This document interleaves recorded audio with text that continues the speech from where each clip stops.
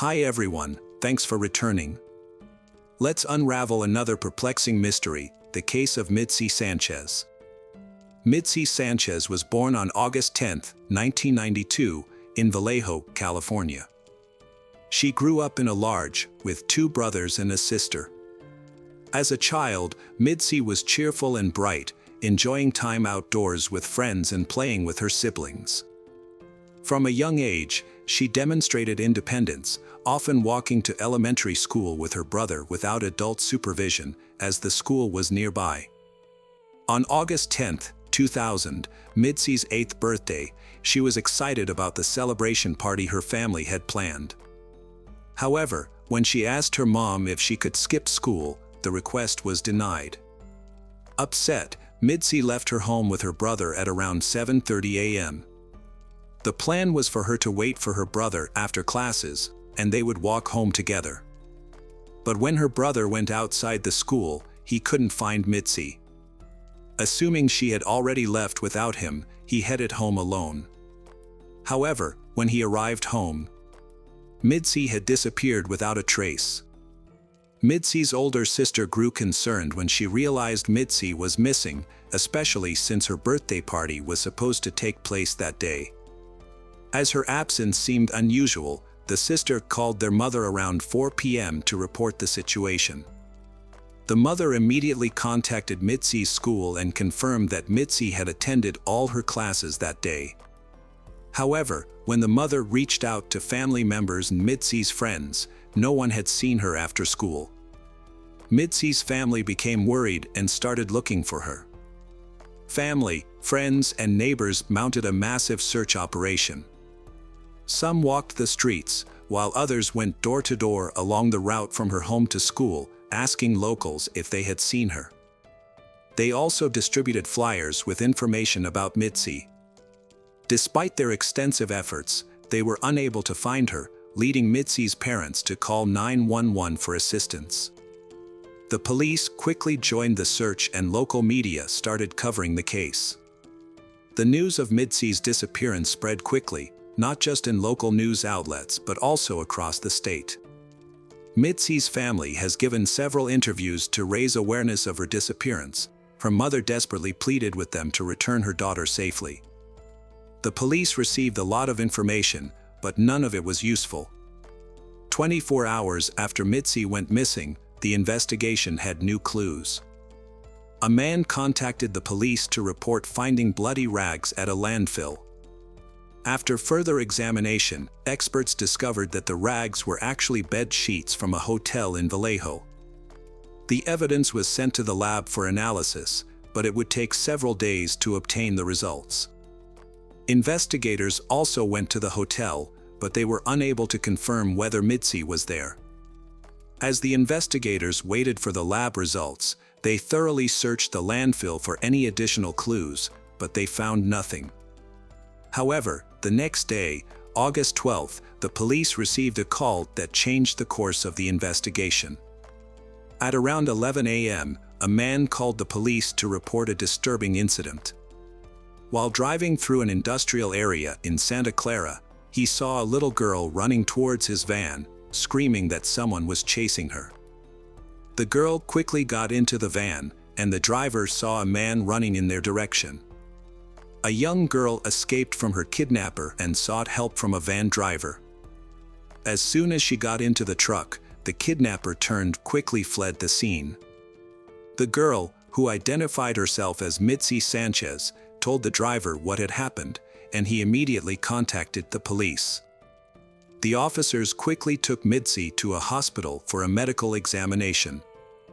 They also arranged for her to speak with her mother over the phone, and soon her relatives arrived at the hospital, where they were reunited with Midsi.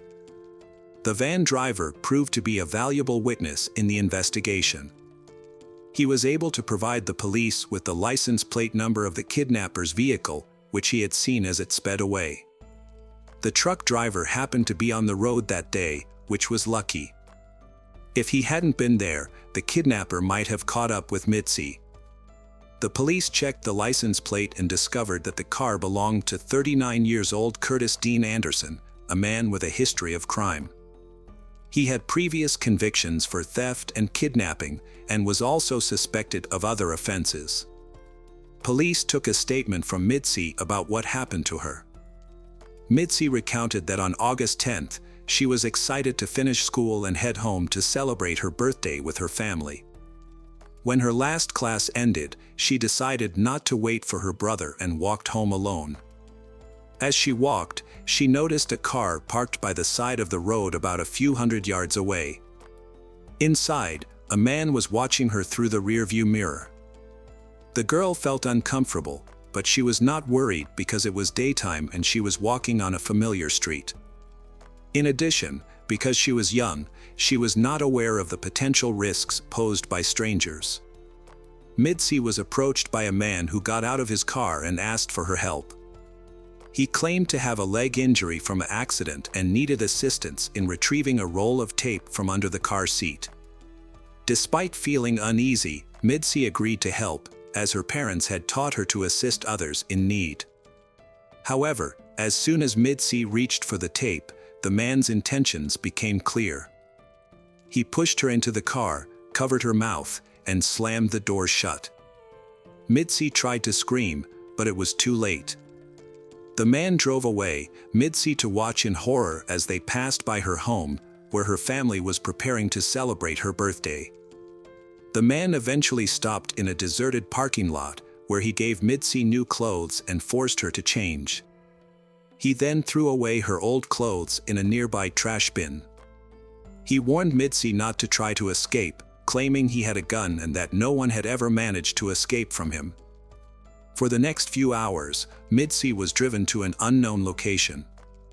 Midsi demanded to know why she had been kidnapped. But the man's response was that he had gone through a similar experience as a child. When night fell, he stopped the car again and began covering the windows with rags to conceal their location. He then shackled Midsi's leg with a chain and padlock. The man pulled out a bottle of alcohol and insisted that Midsi drink some. Despite her initial reluctance, she eventually gave in. He took pictures of her using a camera. The perpetrator then lay down in the car to sleep. Fearing that she would be at his mercy if she fell asleep, Midsi stayed awake and began thinking of an escape plan. Her chance came when she saw a police car driving past the parking lot. However, it was too far away, and she realized that even if she screamed, the officers would not be able to hear her. The next day, the perpetrator continued to drive Midsi around the city, forcing her to sit on the floor of the car and covering her with sheets to conceal her from view. At one point, he briefly stepped out of the vehicle, giving Midsi an opportunity to try and escape. She attempted to free her leg from the chain but quickly realized it was impossible. She also found a nail file and tried to use it to unlock the padlock, but unfortunately, it didn't work. When the perpetrator returned to the car and drove away, he made a disturbing claim: he had stopped by Midsi's parents' house. Under the guise of a good citizen, he asked for flyers to distribute around town, further manipulating the situation. Midsi was left feeling shocked and overwhelmed, knowing she had been so close to home yet still remained in captivity. Over the next few hours, the perpetrator repeatedly stopped the car, getting in and out. Eventually, he drove to a remote area outside of town and parked. There, he committed a sexual assault against Midsi, leaving her in a state of shock.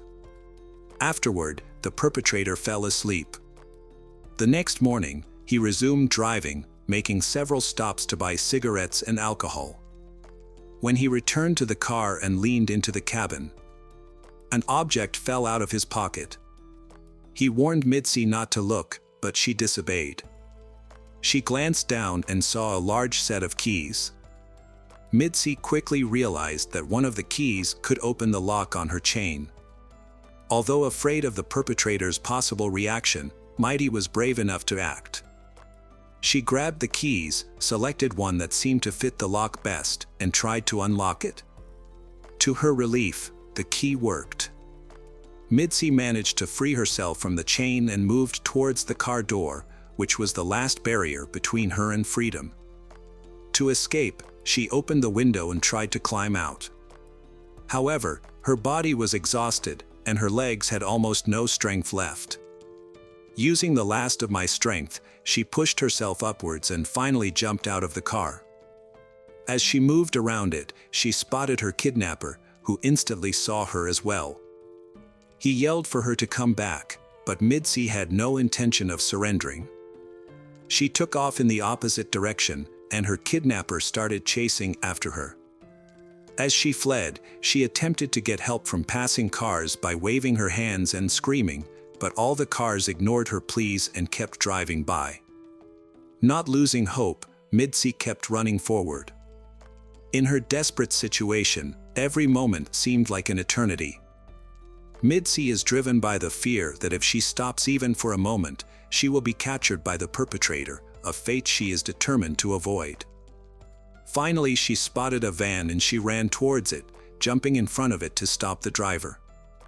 The driver quickly halted, and Midsi climbed into the cabin, exhausted, dehydrated, and starving, but safe. At the hospital, she received the medical attention she needed, and her family soon arrived to be reunited with her. Midsi's story quickly became top news in town. When she returned home, thousands of people gathered on her street, cheering and shouting birthday wishes she had missed while in captivity. Meanwhile, the police were searching for her kidnapper, whose location remained unknown. During the investigation, the police showed Midsi's mother a photo of the suspect, and she recognized him. She had seen him twice before, once before Midsi's abduction, when he was standing on their street, staring at their house, and again the day after Midsi's disappearance, when he came to their home asking for flyers. Police eventually arrested the suspect, Curtis. He confessed to Midsi that she was not his first victim and that no one had ever managed to escape him before. Curtis's careful planning and execution suggested he had experience with similar crimes. It is notable that Curtis had a prior conviction for kidnapping a woman in 1991, for which he served time until his release in November 1999. The trial began in April of the same year. Midsi bravely testified in a crowded courtroom, recounting every detail of Curtis's crimes against her. Even though Curtis was there, Midsi remained calm and completed his mission. As a result, Curtis received a 251-year prison sentence. However, this marked the beginning of a new chapter in the investigation. Detectives regularly visited Curtis in jail, questioning him about potential involvement in other crimes. One of these visits, they discovered that Curtis had confessed to a fellow inmate about kidnapping and murdering 8 additional girls. The inmate agreed to cooperate with the police, sharing Curtis's confession in detail. However, Curtis himself was reluctant to reveal all his secrets. Instead of denying the allegations, he attempted to negotiate privileges in exchange for information, speaking with detectives in riddles. As for Midsi, she was constantly bullied and ridiculed by her classmates, labeling her the kidnapped girl. They even told her she should have died instead of being rescued. The constant bullying made her school years extremely difficult, which hindered her recovery from the traumatic experience. Midsi could no longer handle the immense pressure. As a result, she turned to alcohol as a means of coping with stress, relying more and more on it. Eventually, she lost hope of returning to a normal life. However, a car accident after a party with friends changes her life forever. Midsi suffered serious injuries, including a broken neck and arm, and spent 2 weeks in a coma. Upon waking up, she received news from her doctors. She was pregnant with a daughter. This gave Midsi the power to change her life for the better. She decided to devote herself entirely to her daughter and also to helping other children who were victims of various crimes. Midsi went on to found a non-profit organization that continues to help those in need to this day. As for Curtis, he passed away in 2007 due to illness, just 6 years after being sentenced. The detectives' only regret was that they were unable to obtain full confessions from him regarding other cases he was suspected of being involved in. Notably, his son followed a similar path and was also convicted of murder. Unfortunately, the son's life was cut short in prison in 2019.